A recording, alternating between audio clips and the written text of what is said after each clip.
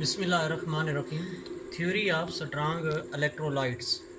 First, we have studied conductance of strong electrolyte falls with the rise of concentration. This is due to the two effects. Number one, asymmetric effect. We have studied already asymmetric effect. Second effect is electrophoretic effect. Ions move through medium which is moving in the opposite direction. Ions are solvated and carry the solvent with them when they move towards the anode or cathode. Positive ion moves towards the cathode and pass through the medium, moving which is carrying or moving with the negative ions to the anode and vice versa.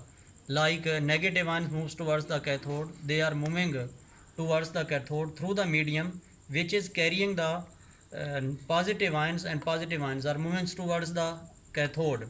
Therefore, it exerts a retarding influence on the mobility of central ion. Like this is a central ion, this is the atmosphere of negative ion. When we apply the electric field, positive ion moves towards the cathode, then negative ion also moves towards the positive electrode anode. This positive ion has to overcome the force which is driving the medium molecules which is carrying the negative ions and moving towards the anode. It is called electrophoretic effect. Conductance therefore falls.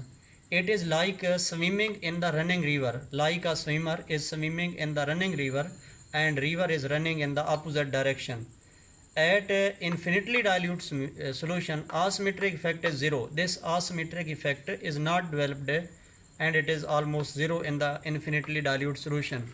Therefore, electrophoretic effect is also negligible in the infinitely dilute solution. This develops in the concentrated solution. Now we come to the Debye-Huckel theory or Huckel theorem. Lambda is equal to lambda naught minus 82.4 dt under root eta plus 8.2 10 raised to 5 dt 3 over 2 lambda naught, then under root of the concentration. T is where T is temperature, D is the dielectric constant of the medium, and lambda is the equivalent conductance. Lambda naught is the conductance of infinitely dilute solution. Let 82.4 dt under root eta is equal to A. This is a constant value, and for a given medium at a given constant temperature, 8.2 10 raised to 5 dt 3 raised to 3 over 2 is equal to B. This is also a constant. Then lambda is equal to lambda naught minus A plus B lambda naught C under root. This equation 1 is called the Debye-Huckel Onsager equation. Equivalent conductance, this equation shows this is the falling factor which decreases the conductance. This is the conductance of infinitely dilute solution. This is the equivalent conductance or concentrated solution, conductance of concentrated solution.